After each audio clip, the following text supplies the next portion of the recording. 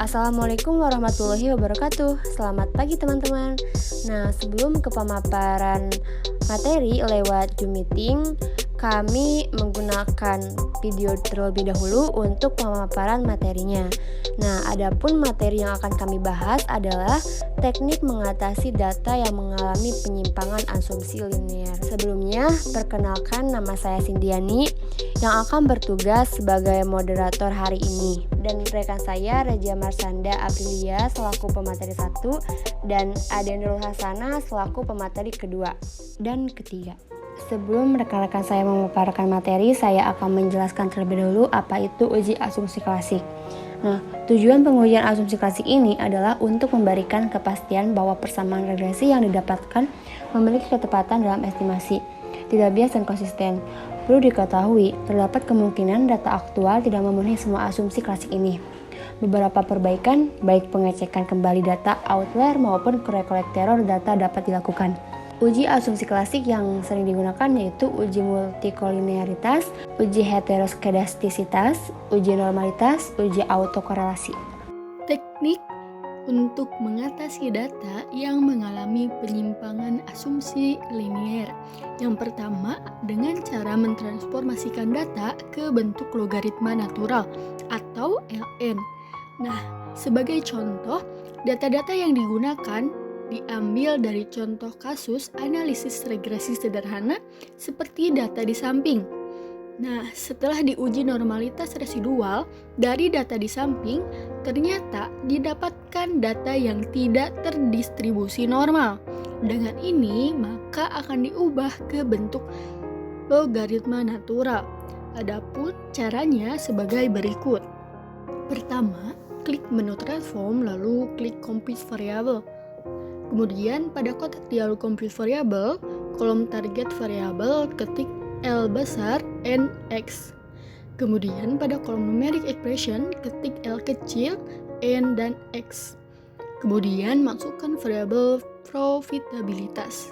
Maka tampilannya adalah sebagai berikut seperti gambar di samping. Selanjutnya klik OK, maka akan terbentuk variabel baru dengan nama LNX. Lalu buka kembali compute variable dan buatlah juga untuk LNY dengan cara yang sama. Maka pada halaman input SPSS akan tertampil sebagai gambar di samping. Selanjutnya, untuk mendapat nilai residual, maka klik analyze dan regression lalu klik linear. Nah, pada kotak dialog linear regression, masukkan variabel LNY ke kotak dependent dan LNX ke kotak independent. Kemudian klik save. Nah, selanjutnya akan tertampil kotak dialog seperti gambar di samping ini. Maka pada kotak residual beri tanda centang pada unstandardized, kemudian klik tombol continue. Nah, nanti akan tampil outputnya, namun kita abaikan hasil output. Kita buka pada halaman input data, maka akan ada tambahan variabel yaitu res1 seperti pada gambar di bawah ini. Nah, setelah itu baru diuji normalitas residual kembali, yaitu dengan cara klik analyze, lalu klik non-parametric test. Lalu klik legacy dialog, lalu klik satu sampel KS seperti gambar di bawah ini.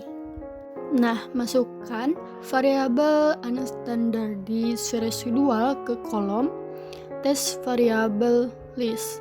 Kemudian klik tombol OK. Maka hasil outputnya adalah seperti gambar di bawah ini. Nah, dari output tersebut didapatkan hasil nilai signifikansi yaitu asint sig2 tailet sebesar 0,200. Karena nilai signifikansinya di atas 0,05, maka residual berdistribusi normal. Yang kedua yaitu membuang data yang outlier. Nah, cara pertama yaitu buka input data, kemudian buat variabel dengan nama nomor pada kolom pertama.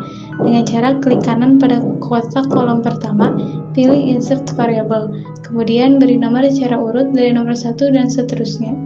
Di sini saya sampai nomor 20. Kemudian hasilnya akan seperti pada gambar di samping. Yang kedua, kemudian klik menu Analyze, lalu Regression. Setelah itu masukkan variabel nomor pada kotak independen dan variabel yang diuji, misalnya profitabilitas pada kotak independen. Nah, kemudian tampilannya akan seperti pada gambar berikut. Kemudian pilih kotak Mahalon Nobis. Selanjutnya klik tombol Continue pada kotak dialog sebelumnya, lalu klik OK. Setelah itu abaikan hasil output, lalu buka halaman input data. Selanjutnya akan tampil seperti pada gambar di samping. Nah, untuk cara lain membuang data outlier yaitu dengan mencari nilai z-score. Caranya yaitu sebagai berikut, itu menggunakan data awal yang sama. Yang pertama itu klik Analyze, Descriptive, kemudian pada kotak dialog deskriptif, masukkan variabel yang ingin diuji, yaitu profitabilitas dan struktur kotak ke kotak variabel S. Kemudian beri tanda centang pada Save Standardized Values as a Variable, lalu klik OK.